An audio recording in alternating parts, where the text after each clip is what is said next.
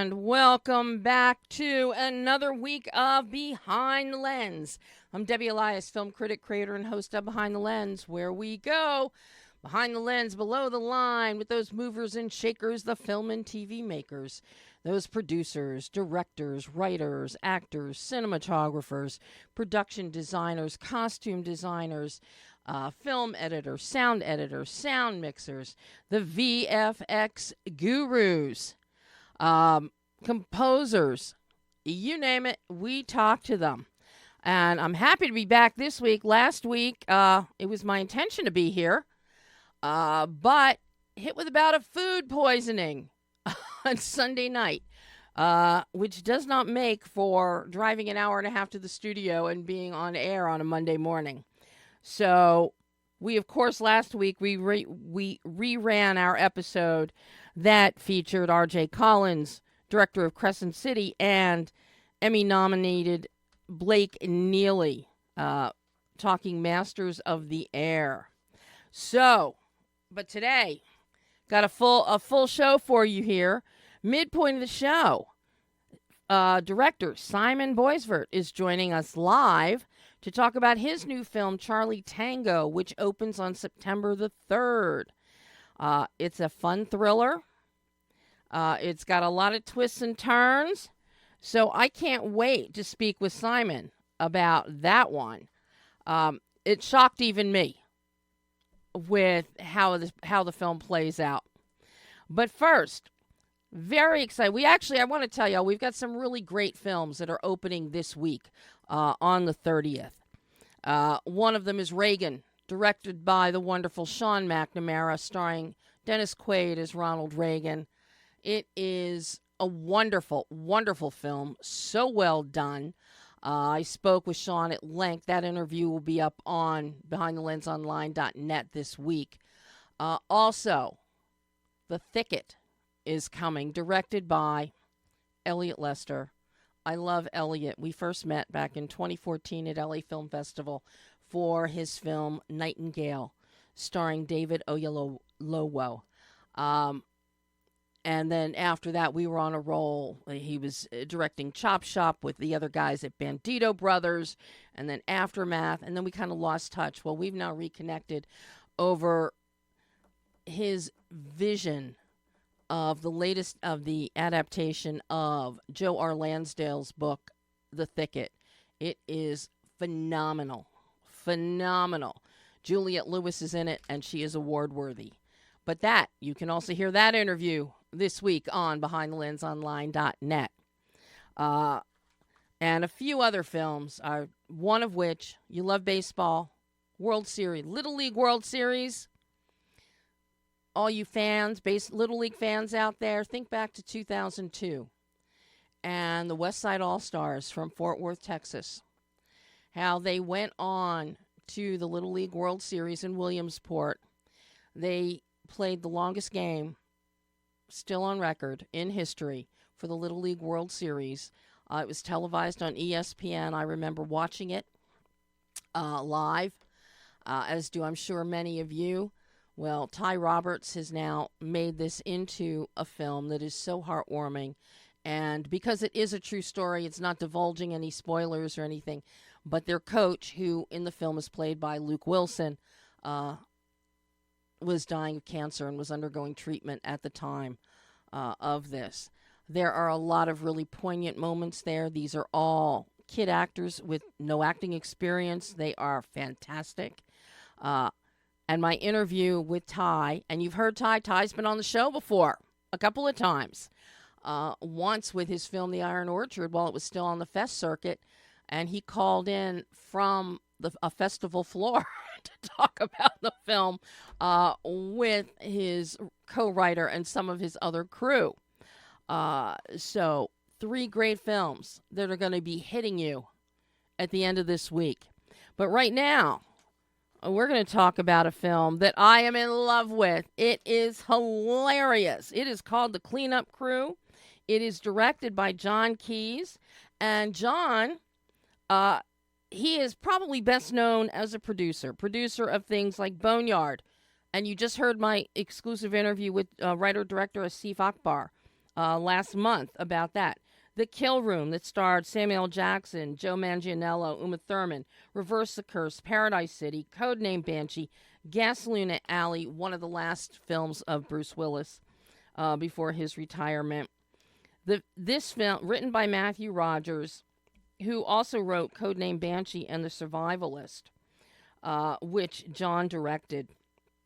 But this one, The Cleanup Crew, it is hysterical.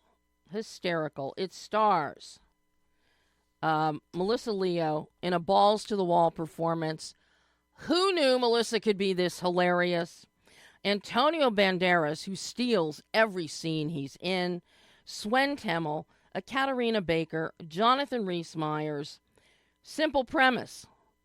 Crime scene cleanup crew, which is Jonathan Rhys-Meyers' character of Alex, Katarina's character of Megan, Swen Temmel's character of Chuck, and Melissa Leo's character of Shaban. This is their job. They do crime scene, in other words, murder scenes, crime scene cleanup. And while they are there at this one, it turns out it was a safe house. And things go wrong during a pizza delivery to the safe house. There are dead bodies and blood everywhere. The cleanup crew comes in, and then they find a briefcase full of money shoved up the chimney. So, you've got the criminal kingpin, Antonio Banderas. He wants his money because he's indebted to some corrupt cops and FBI guys. So, this goes, it just is hilarious as we go through here with the mobster setup of payment not being delivered. The wheels, it puts everything in motion. But, of course, the cleanup crew, when they open the suitcase and they see what's in there, some of them don't want to give it back. Then there are things that happen to them. They've got to negotiate. And it is just so funny. Working with editor Rylan Rafferty, everything keeps moving back and forth. We are right there in concurrent timelines. The editing is crisp, but you don't get confused or convoluted. Cinematography by Austin Schmidt, very polished, color saturation, absolutely wonderful. Dialogue is quick, it's witty. There are some wonderful montages, one of which is it's called Moving Up the Food Chain, and it is hilarious. But this is the kind of film you can just sit back, watch, and have a damn good time with it. So instead of me prattling on any further, I may break this because it's a long interview. So I may break this when Simon calls in and then finish up John's interview as the tail end of the show. But we'll see what happens. So, but I will let you hear all the fun and hilarity that Jon Keeyes and I had in our exclusive interview talking about the cleanup crew. Hi, Debbie. Hi, John. How are you? Good. How are you? I'm so happy to be speaking with you. You have been one of the forces as a producer, co-producer, director behind some really delightful, delicious films. Boneyard being one of them, which I love. I just talked to R.J. Collins the other day. Yeah. Oh, I appreciate that. Yeah, that was I guess it's been about a little over a year ago that I produced that one. That was a whole lot of fun making that in Las Vegas. It is such a good film, and I'm glad that you guys really put your faith in Asif. He really did a great job with that one. But, then you're also behind, like, Paradise City, Reverse the Curse, Gasoline Alley, which I absolutely loved. That was one of Willis's final films in that slew, and he really did a great job in that one. But then you directing Codename Banshee and Rogue Hostage, I love the pairing of Tyrese and Malkovich in that one. You have kept me entertained. That's my whole purpose in life. That's all I want to do is be able to entertain. And you do a good job of it, and you do it again with the cleanup crew. This film is so much fun. From beginning to end, you kick us off with opening titles that really set the tone of batshit craziness from the beginning. It was funny was when we were, just actually talking about those titles quickly.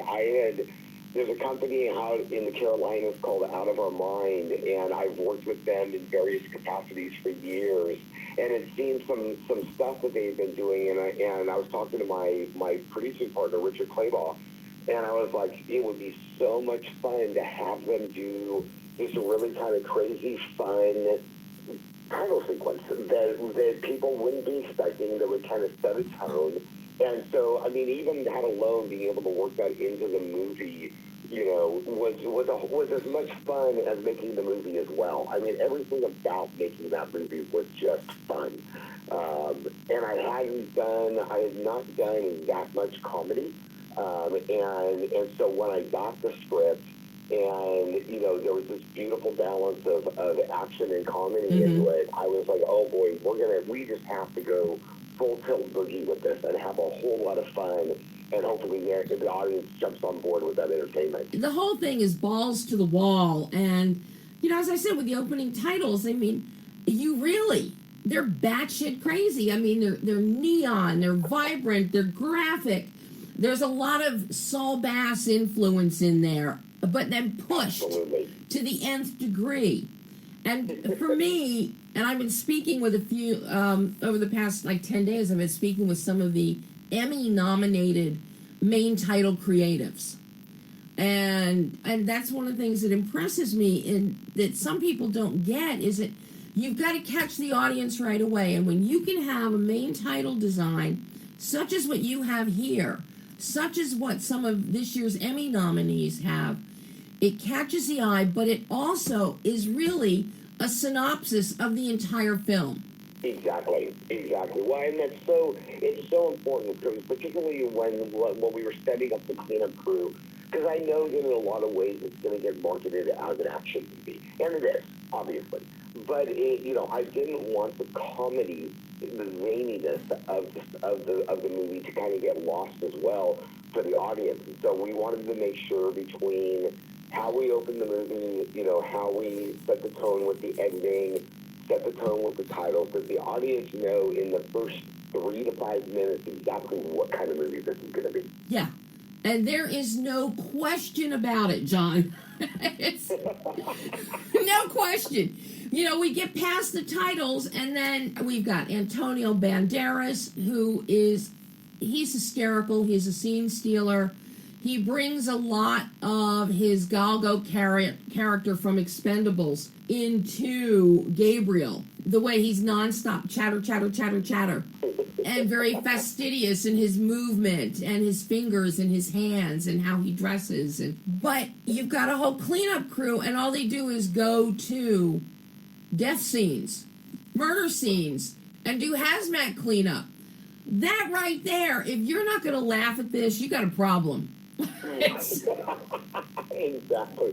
Well, and it's funny, is I've had this idea literally floating in my head for 25 years. All the way back to before I actually directed my first movie.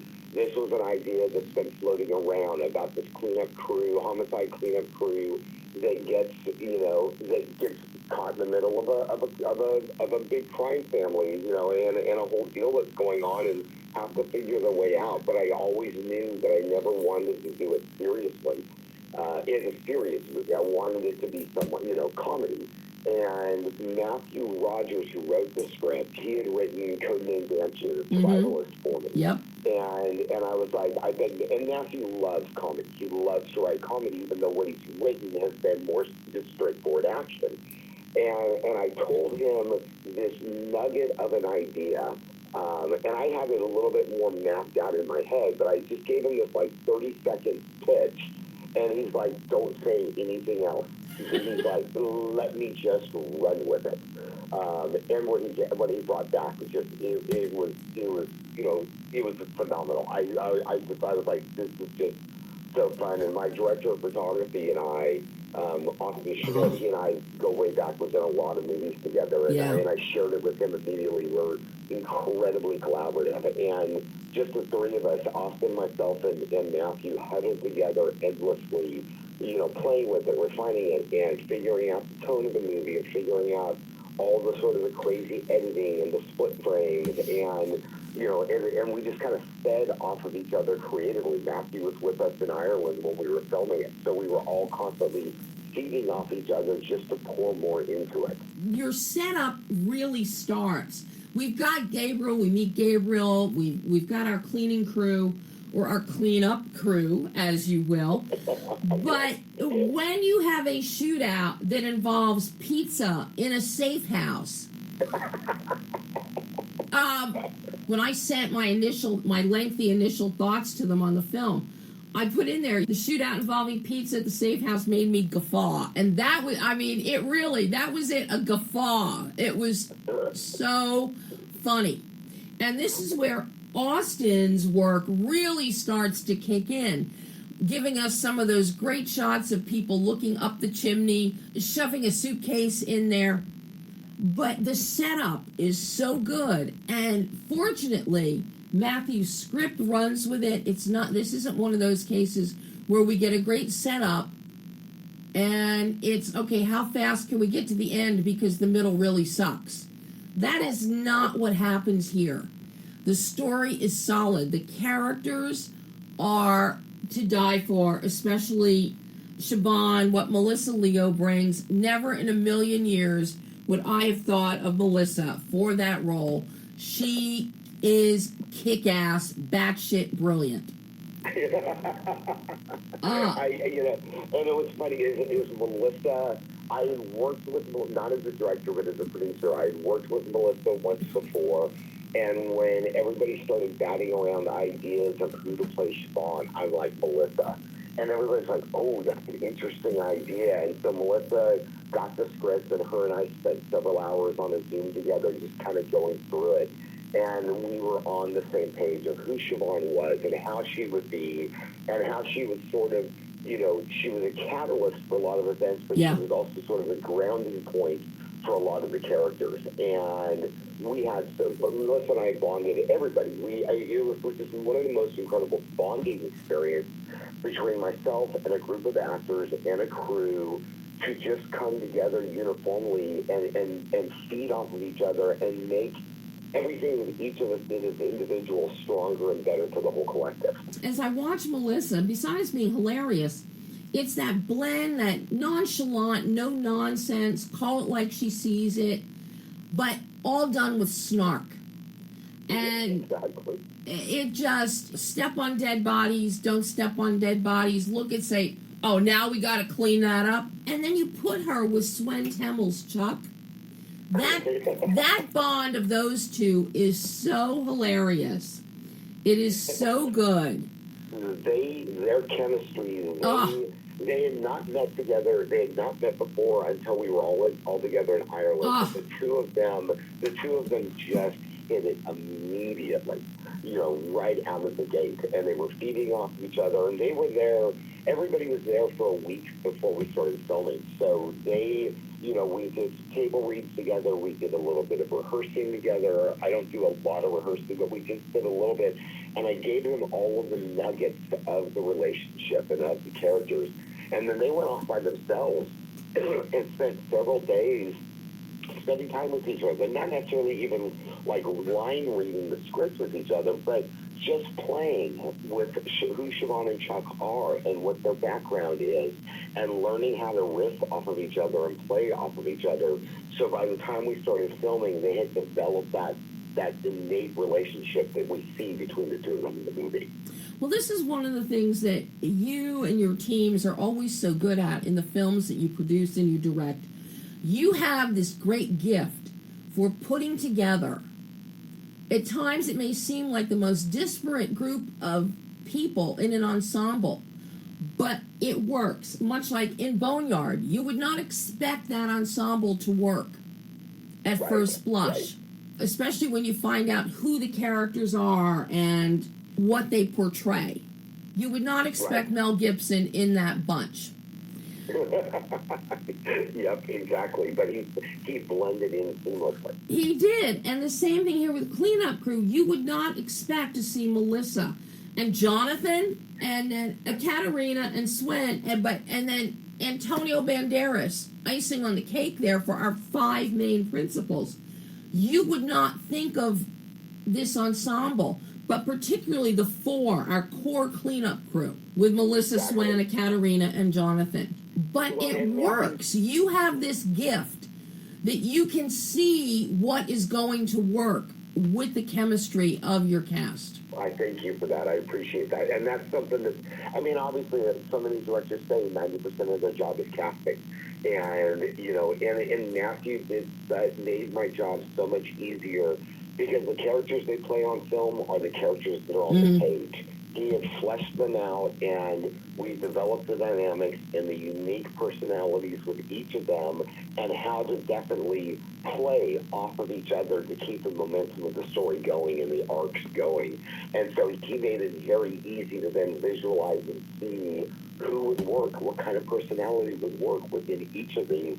And then you put the 4 of them in the room together, and they just all had fun. And they were so great at ripping off of each other. And you can see that with the very first cleanup at the pizza house, the pizza safe house, as I will call it. They walk in, and it's like, oh, hell, look at this. And some get into it, and the whole time you've got the Katerina's character of Megan. All she wants to do is get money, leave the cleaning business, and open a funeral parlor.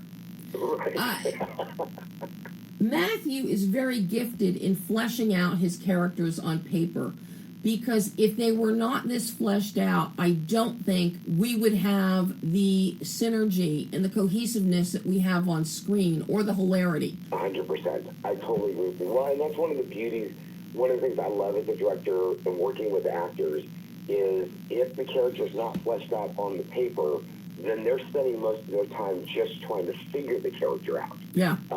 Whereas if you give them a fully rounded, fleshed out character on paper, they can get it immediately, and then they can actually spend their time and their energy and their focus on elevating it above what's on the paper in a free-form, creative way with no struggle. It just gives them the freedom to then become and embrace those characters and take it further than you thought they could. Well, and especially when we're dealing with an independent film, like the films you make, like the Cleanup Crew, you don't have the luxury of a big tent pole where you've got $300 million at your disposal, so that actors can come in and take all the time in the world to find their character. You got to come in and hit the ground running on something like this. Well, and what was even really fascinating for me watching them work is because we were actually shooting 2 movies back to back. We shot Cult Killer and Cleanup Crew back to back, and like literally at the same time. And Antonio was in both of those. Matthew Tompkins, who played Rob, was in both of those. And we set it up so we shot the 2 movies next to each other. But then we brought Antonio in to shoot all of his stuff for one movie and then all of his stuff for the other. So not only did they get to play with these and hit the ground running, they were doing that while juggling 2 characters in 2 movies at the same time. Wow. Which was even more spectacular to watch. And Antonio's, it's not a tiny part. He's got some very significant scenes and some very significant monologues. Absolutely, and Antonio even talked to me, and he's like, "This is probably the most stalking I've done in movies in a very long time." Yeah, he normally gets to come in and just look menacing, or handsome, or both. But he's got a lot of dialogue here. Well, he's such a brilliant actor. He's such a brilliant actor that he's one of those gifts that you get as a director who can take a piece of dialogue, because he didn't change his dialogue. His dialogue is what's in the script, but he's just so gifted to be able to understand the nuances of dialogue and the nuance of performance, that he can take exactly what's on the paper and put spins on it and adjustments on it and pronunciations, in specific spots that change the dynamic of it. And he's just so naturally funny that he got to really play with this and become zany without becoming over the top. He does an amazing, amazing job. And he is a scene stealer. Absolutely. Richly textured, egomaniacal. I love the fact he quotes Machiavelli. And then covering all of that is the incredible costume design Freddie Murphy gives him, Gemma gives him, dressing him all in the blues, and the fabric of the suits, and the precision, very bespoke, very perfect, with buttons and little chains and accoutrement that really set it off. And this leads me to color in this film. Color is so important here with what you've done. Everything blue is relegated to Gabriel. The rest of the film, you're really focusing on reds, greens, yellows, and the reddish-orange jumpsuits. And metaphorically, it's stop-go caution through the entire film. Yeah, exactly. And it was fun for Austin and I, because so many of the movies we've done have been darker movies, desaturated, lots of grays and muted tones and stuff. And so just, we made that decision to go big, bright, and brilliant, with this. And even if you kind of play with the idea of like what you just said, Antonio wearing the blues, Antonio wearing some darker greens, the colors of his office, we still even have that sort of the trope of the black represents the bad guy, white represents the good guy type of scenario. But we just simply did it with shade rather than color. So we were able to keep everything colorful and still, and just blow everything out with such bright colors. That was really fun for me because I hadn't been able to do that before.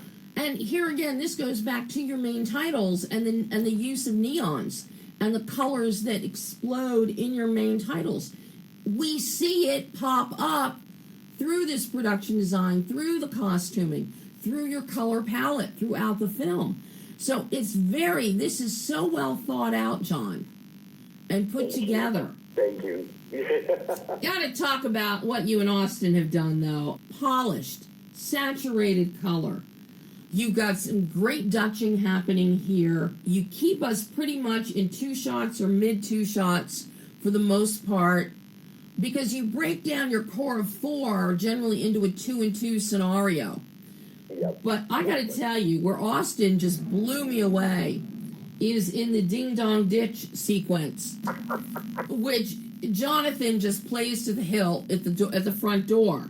But then when Swen's character of Chuck comes out, we're in John Wick mode with a 360. And Austin's got the camera going around the 360. Just unexpected, a pure joy to see, and it's in slow-mo. Hello. We had so much fun, and Sven had so much fun. I mean, we took a lot of rehearsing, a lot of practice to get the timings right, because, of course, we've got all the different bad guys in the circle outside of him that we're rotating through and seeing behind him. But that was one that, like, from the get-go, one of the first things Austin came up with when he was reading the script is, we've got to do this. We absolutely have to do this. And so being able to shoot it that way was so much fun. And for the way that Chuck is able to go from his sort of nonchalant, lackadaisical, don't really care about anything, into pure gunfighter mode, and then sort of back into his normal personality again. The transitions Sven was able to do with that between Austin's camera and his performance made it so fun.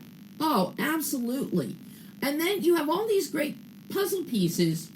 Then it falls on Ryland to edit this together. And I have to tell you, the editing is so crisp. This is so good, taking us back and forth between the action setups and the groupings of the talent, keeping us aware. We know at all times what each is doing within the timeline of this story, Gabriel and his guys, a corrupt cop, Alex and Chuck. Eventually, Siobhan comes wandering in there.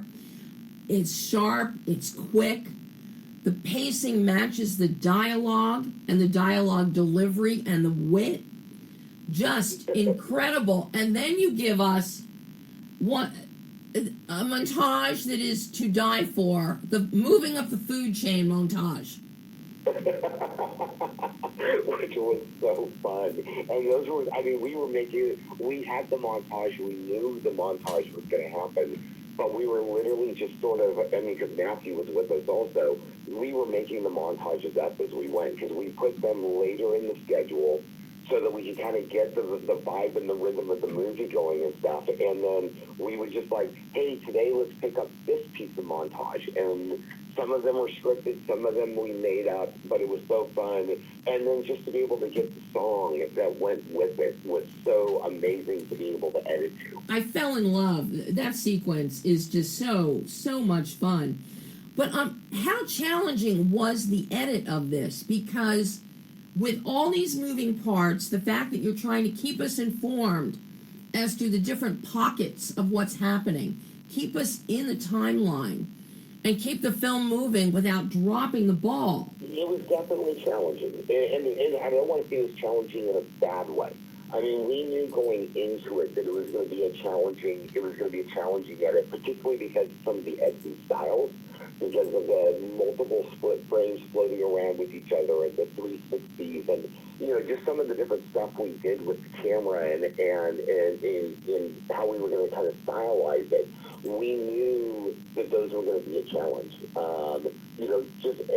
Assembling the story and putting the story together, we had gotten really worked out before we shot it. So for Rylan, that was pretty easy, and she had a great gift with the personalities and the storytelling. Most of the time was actually spent on those different stylized pieces. The montage, the shootout at the cabin with the split frames, that's where we spent a long time because there were so many choices of how we could do it and what we would use. And so, I mean, I would say, 70% of our time in the edit was actually spent on those, reworking them until we were absolutely happy with them. Just so well done.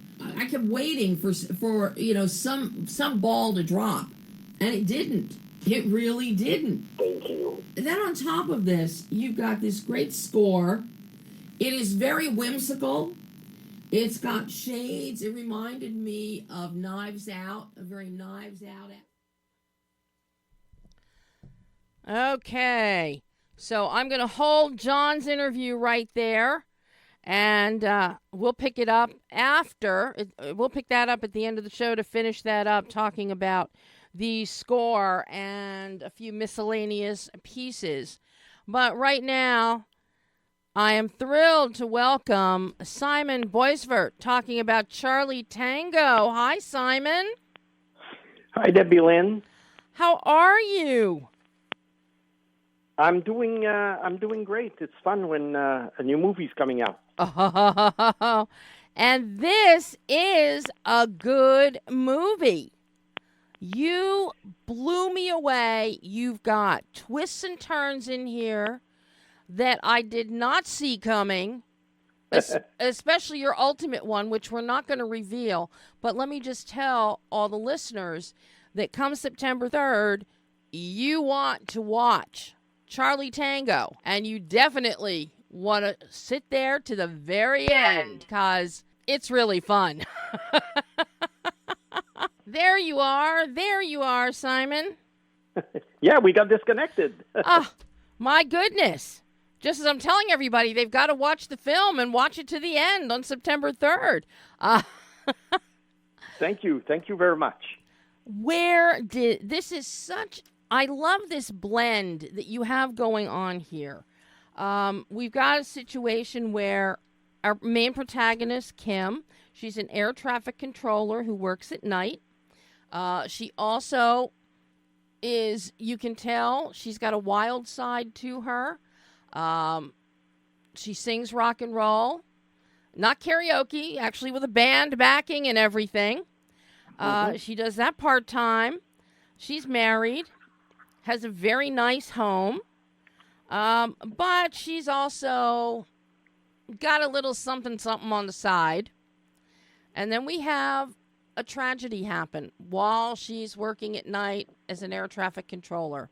And everything just spirals as we're discovering what happened that went so wrong, then what's happening with how she's dealing with grief and the things that she takes. You've really melded a lot here, Simon.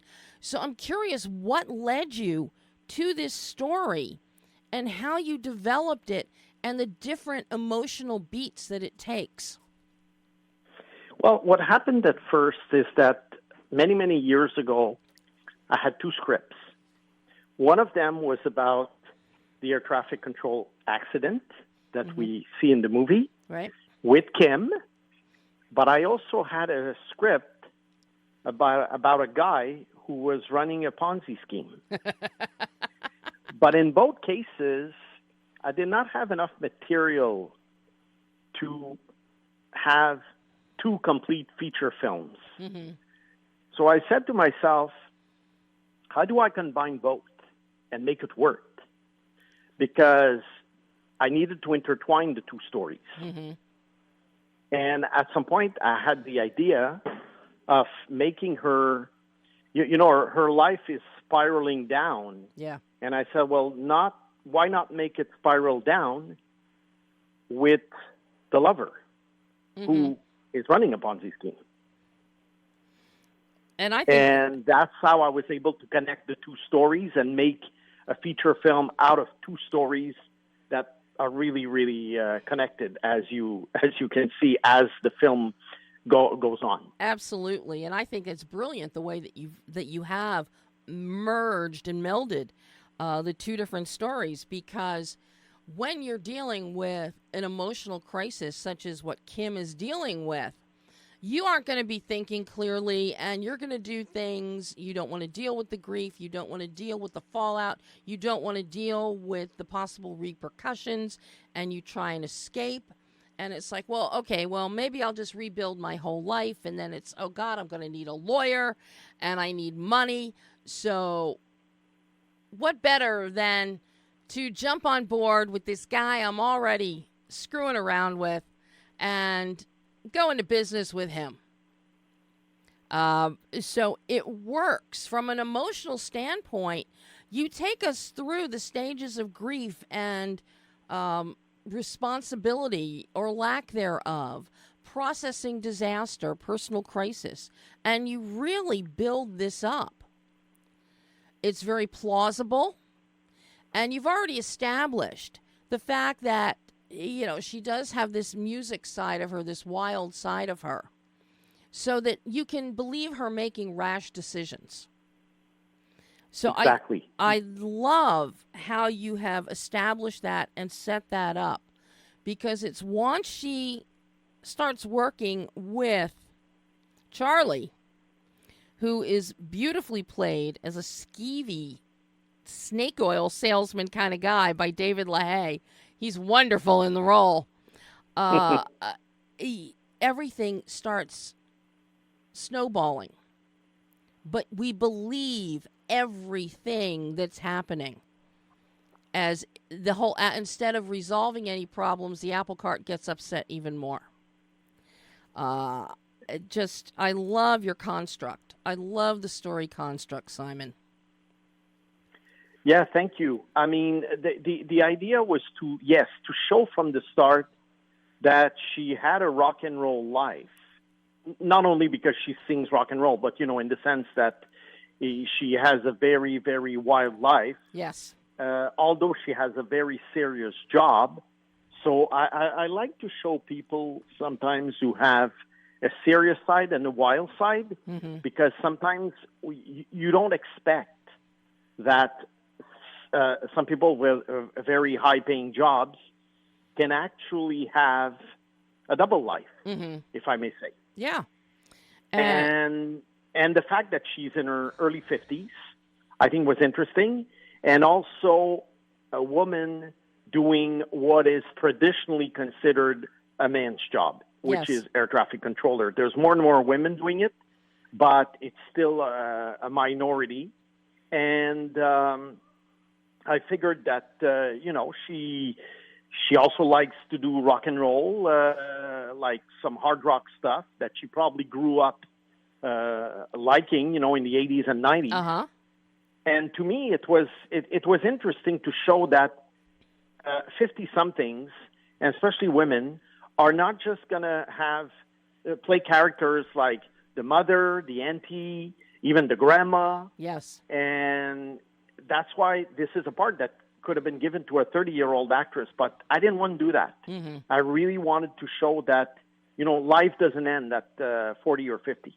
Yeah, and of course, everybody it talks about a midlife crisis, and generally they attribute that to men, but that happens to women as equally as it happens to men.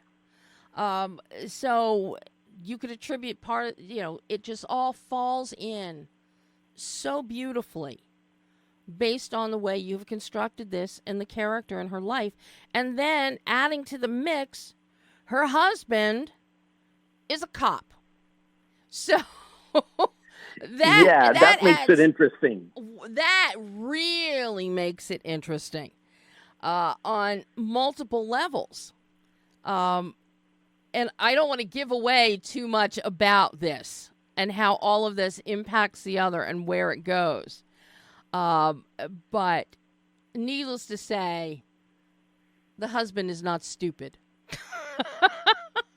No, actually, he's probably the type of character that most people will be rooting for throughout the film. Yeah. Whereas in her case, at first, I'm not sure people will be rooting for her, but I think at some point they will.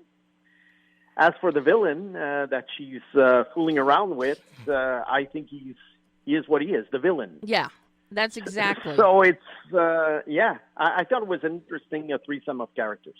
Very much so. Very much so. And then you get some great peripheral characters. Diana Lewis is Tanya, who is essentially a lackey for Charlie. And then Marcel Janine as Bob, who is an ally to Jeff and ostensibly to Kim. But really, it's a small cast. You keep it contained. Now, once you have this on paper, and the sets, you don't have a lot of sets. So you really kept your footprint small. How did you go about translating this to the screen? You bring in a wonderful cinematographer, Alexandre Bussier. I love what he did on Montreal Girls with Patricia Chica a couple years ago. Oh, yeah. And so his work is wonderful. You keep everything clean, light, bright, which is really interesting because of the darkness that Kim is dealing with and the darkness of the events that are unfolding. But you keep the visual tonal bandwidth very light, very bright. You play to the windows in Charlie's offices. You play to the white and the windows in Jeff and Kim's house. So we never get bogged down. You give us a clarity with that light visual tonal bandwidth. So I'm curious about what you and Alexandra were thinking and what you were cooking up when you were plotting this. Yeah, that's an interesting question because it's a movie that could have gone down very like the dark road, let's call it. Yes. And we didn't want to do some dark, depressing movie, although the topic at first is very depressing with the plane crash. We wanted to keep it, first of all, we wanted to do a mainstream movie, something that most people will enjoy as pure entertainment. And therefore, I didn't want to fall into I didn't want the character to fall into some kind of depression that would make the audience feel all this. Right. I wanted to show someone who's a fighter, someone who wants to get her life back together, although she doesn't always make good choices. So that was the reason behind the cinematography. It was to show that there's light at the end of the tunnel, and she's not just a depressed person. Yeah, I love that the two of you went that route in your visual design and with your visual grammar. You keep your camera shots clean. 2 shots for the most part. You avoid close-ups, extreme close-ups. You've got a few close-ups, but nothing is really not an extreme close-up. So it's easy to look at, it's easy to watch, and it's unfettered so that you can pay attention to the characters and the story, because twists and turns keep coming here, Simon. Oh, yeah. Oh, yeah. I take the audience north, and basically they're going south, and then I take them east, and they're going west. Yeah. Throughout the movie, especially the last, I would say, 45 minutes. Oh, yeah. But, yeah, that was the goal. You're mentioning the 2 shots. I like to see, like, the reaction of both characters when they talk. So that's why we had 2 shots. As for the close-ups, you don't want too many, because otherwise you become more like an afternoon soap opera. Mm-hmm. And so you have to pick and choose them at the right moment. So we had a few, but very few. And it was interesting to see all characters interact, like at the bar when Charlie is talking to Bob. A lot of it is the 2 shot, because while one is talking, you can see how the other one is reacting. Yeah. So that was the idea. Yeah. With a story like this, Simon, it really helps the story when we're not doing coverage shots and cutting back and forth. That 2 shot really helps us as an audience, and it helps your story. And I'm so glad that you and Alexandra did that, to shoot it that way, so that we know what's going on. And even in the police station, where Jeff is talking to his boss and to his colleague, you keep all 3 of them on camera. Yeah. All 3 of them are there. Yeah, we have some individual shots here and there, but most of the time, we do see the 3 of them interact, because I think it's important to see the reaction shots of each character as basically Jeff is defending himself. I mean, I don't think I'm selling too much by saying this. It's just a conversation between a boss and two employees, And plus the fact that they are police, they are colleagues, they work as a team. So it makes perfect sense. You would want to see them. It's like if you look back at old television episodes of Adam 12, and we've always got Reed and Malloy, they're in the car together. We've got a frontal shot of the 2 of them talking in the car, or they're together when they're out on the street or handling a situation, because they are a team. They work as one. And that's essentially what the feeling that we get here is, that the boss may be a little disgruntled with Jeff about something, but they're still a team. They're still a unit. And that really needs to come through, and it does. Really good, smartly done on your part, Simon. Smartly done. Thank you. Now, of course, you bring in a wonderful editor, Matthew Bellinger. He cut Piece by Chocolate for Jonathan Kaiser, and did a beautiful job with that. He does a beautiful job here. How challenging was the edit here? Because you're balancing the drama that initially sets in with this air traffic control incident. Then we've got emotional drama, and it turns into a whole crime mystery thriller. So those are really edgy beats that you've got to hit. So I'm curious how challenging the edit was for you and Matthew.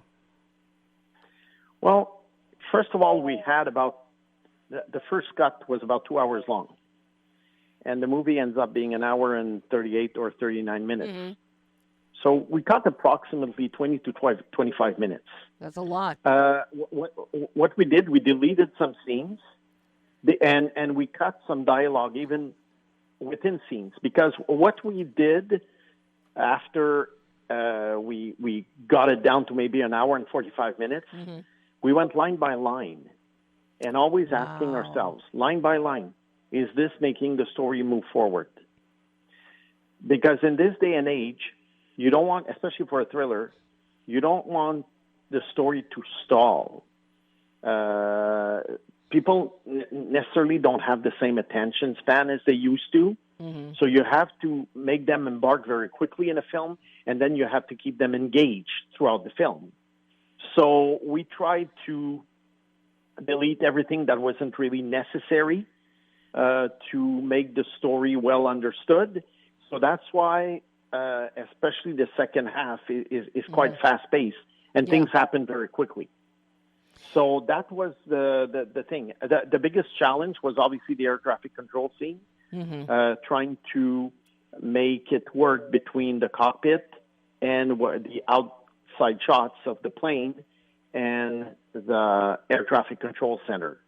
So that was a tough one to put together because I think it's a 5 or 6 minute long scene, and it's very crucial. Yeah. And when I took it to festivals, I saw people who were like putting their hand in front of their eyes because at some point there are times where they couldn't watch because it was so nerve-wracking. Yeah. So that's when I realized that we had done a good job. But Matthew is really the one who did it. I mean, I put my 2 cents here and there, but he's the one basically who got the footage and put the movie together. And then at the end, I was just giving him like little things here and there that I wanted to change. But really, I think he did 90% of the work.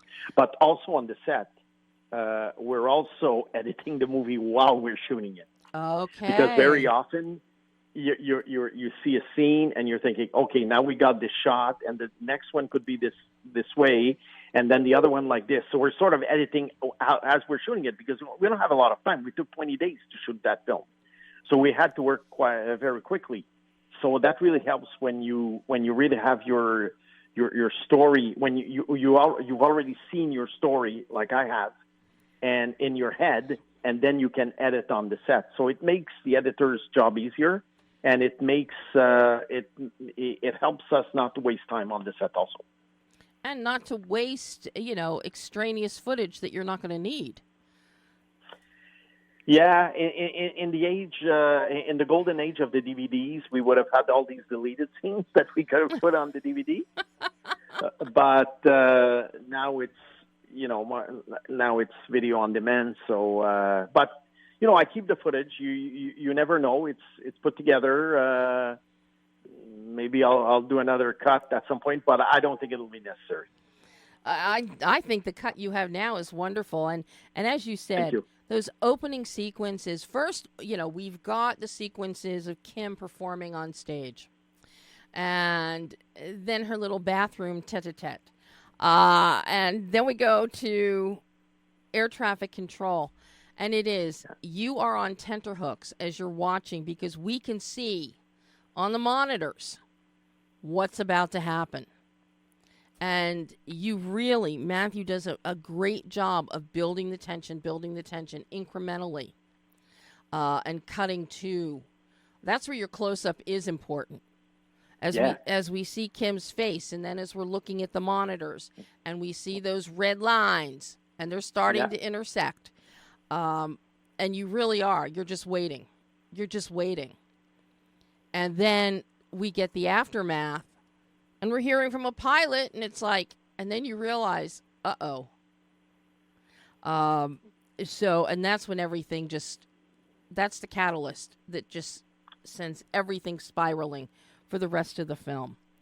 Now, I'm curious about the final act, like the final, I'd say 5-7 minutes. Yeah. Was there ever a doubt in your mind to give us that final twist? I'm sorry. Was there ever a doubt in your mind if? Was there ever a doubt in your mind about giving us that final twist? Yes, because we have an alternate ending that we shot. Simon! And it's funny because that was the next thing I wanted to mention. we have an alternate ending. And again, in the days of the DVD, there would have been an alternate ending actually, and the alternate ending cost a lot of money to shoot. And I basically left it on the cutting room floor.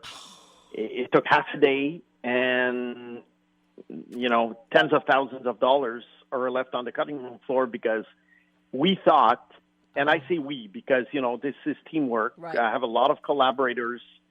We went through this as a team, and we figured that the ending that we have was the best. Oh, I love the ending that you have. Shocked me. Did not see this ending coming. So, and I think everybody that watches the film is going to say the same thing. Your eyes are gonna bug out, and your jaw's gonna drop, and you're just gonna go, "Oh my God!" Yeah, it's not the Sixth Sense. No, but it's quite surprising. It's very surprising. But something I have to commend you on is your sound, especially in that final sequence, and the sound as it goes into the end credits. The sound, and I can't say what it is, but it gives you, yet the sound gives you another twist. Oh, yeah. Oh, yeah. So all these fun things.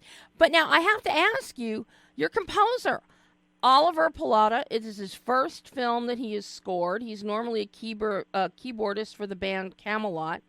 What led you to Oliver, and what were you looking for musically from a scoring standpoint?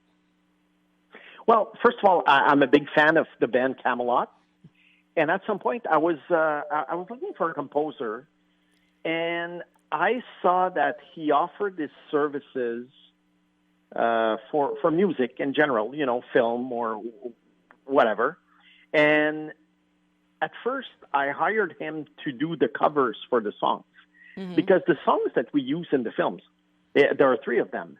They are actual songs. They were not written for the film. They are actual songs. One of them is from Judas Priest. The other one is from Battle Beast. And the last one is House of the Rising Sun, which is a classic from 100 years ago, but that was done and redone and redone. So since Kim is singing in a cover band, after I got the rights to the songs, I needed a musician to basically interpret the songs. So he found a singer, because the actress playing Kim is not a singer. And after I saw the result, and the guy's a keyboard player, he plays a lot of instruments, and I said, "Hey, I think you would be good at doing the score." So I sent him the film. He sent me all the music that he wrote, and I thought it was very good. So that's what happened. At first, he was hired to do the covers, but then he ended up with the job of doing the score. Wow. No, because I like the music. I like the covers that you have, but I like the music. You don't burden us. The score is not overburdening. It does not lead us. No. It does not tell us, ooh, get ready to be afraid. It does a really nice job of being an undercurrent. Just on every level, Simon, so well done. The thought that you put into this, telling this story, is just so evident on screen. And I'm just so impressed by the fact you had these two separate stories, about a Ponzi scheme, air traffic controller, and you managed to meld them together in a very believable tale, and then bring it to life with twists and turns, and and the whole crime, mystery, thriller aspect, and then grief, and how some people don't deal with it, how they do deal with it, and the fallout of what can happen. Just so well done. So well done, Simon. Thank you so much. I appreciate it. Oh, and everybody can now see Charlie Tango on September 3rd digitally. And that's in North America, correct? That's not over. That's not across the pond yet, is it? No, for now it's North America. It's going to be on most video on demand platforms, and also anyone who has cable at home, with the major companies. Yes. They will be able to rent it also. I have cable. I'm a dying breed. Well, yeah, but there's still millions of people who have cable. So I think, I think it was worth it putting it on cable, but also the platforms, like the major ones that everyone knows. So the usual suspects, yeah. Yeah, the usual suspects. So, yeah, available on September 3rd.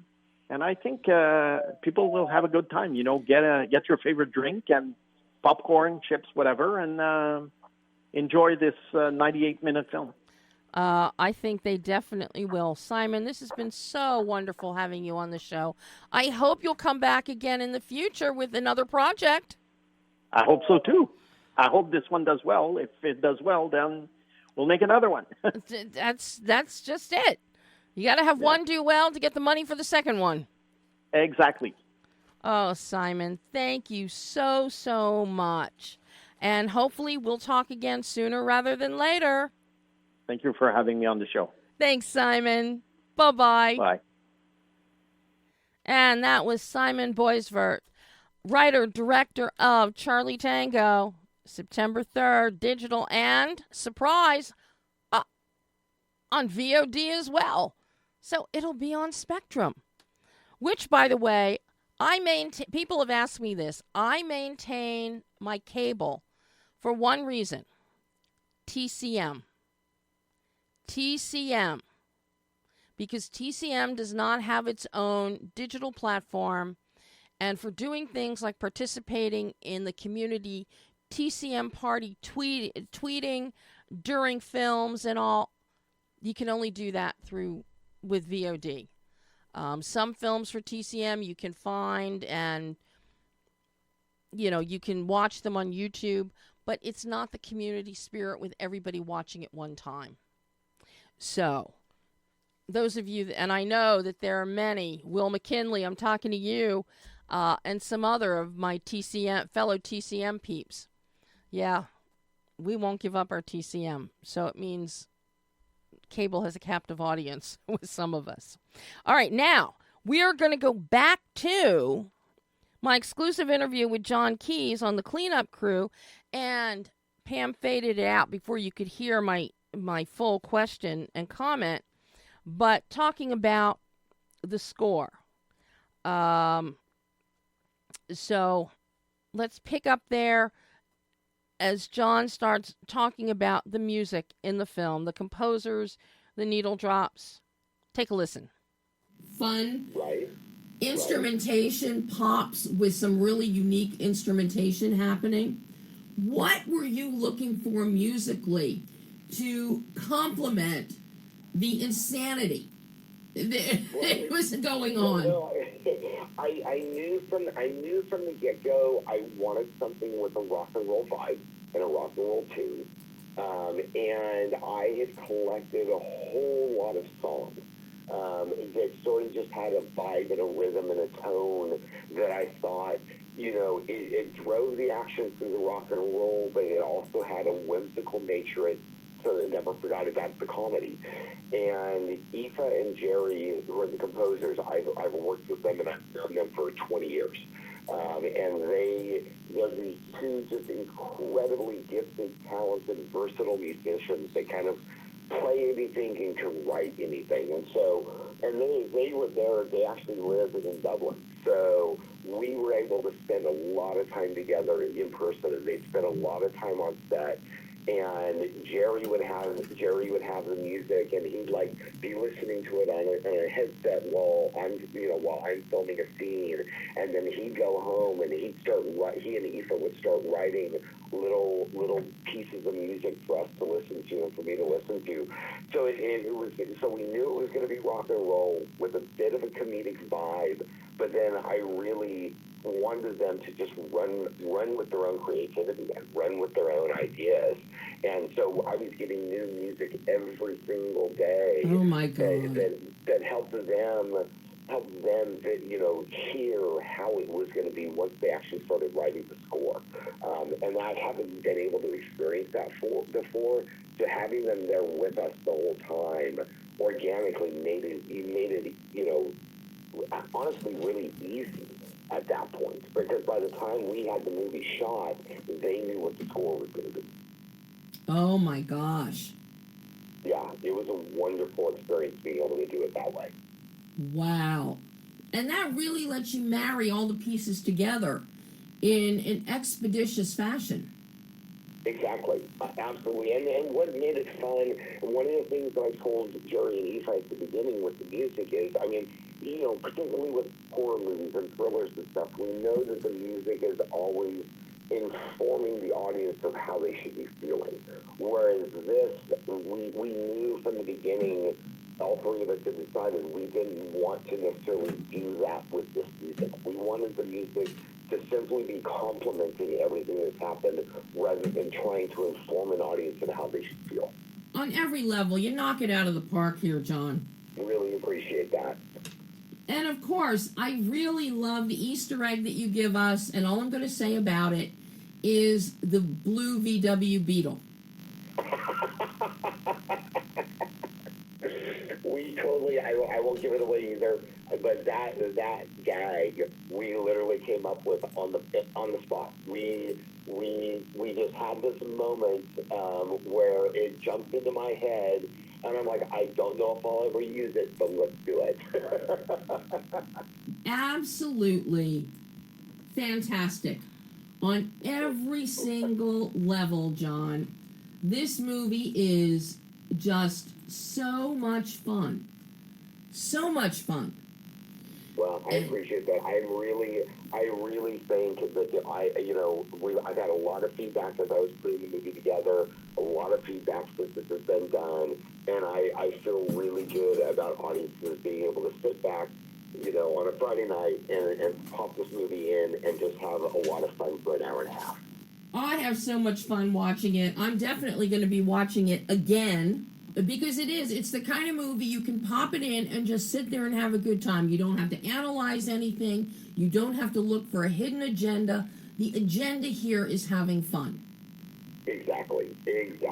Entertain. Don't ever question yourself on doing comedy, Jon. I appreciate it. Thank you. As much as I love what you produce and direct, from an action standpoint, from a thriller standpoint, you really don't ever doubt your ability with comedy, because you did a great job with the Cleanup Crew, and marrying comedy and action together. You're going to clean up on this one. Let me just put it that way. I like that. I will take that. Oh. Jon, this has been so fabulous to get to speak with you about the Cleanup Crew and touch on some of these other films that you've been involved with.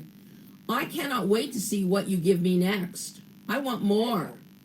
I can't wait. Thank you for that. I've got some really fun ones up my sleeve. Jon, thank you so much. You're welcome. Well, thank you for everything. I appreciate everything that you said. And I hope we get to do this again in the future. 100%. Let's do it.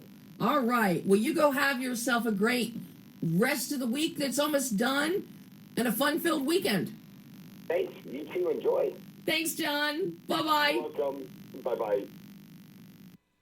And that was the conclusion of my interview with director Jon Keeyes, talking about the oh-so-fun The Cleanup Crew on VOD, on digital, right now.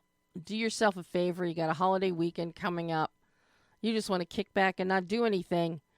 Sit there at night, like Jon said, get a drink, have some popcorn, watch the movie, and have some fun. Now, we won't be here next Monday because Pam is not going to be laboring on Labor Day.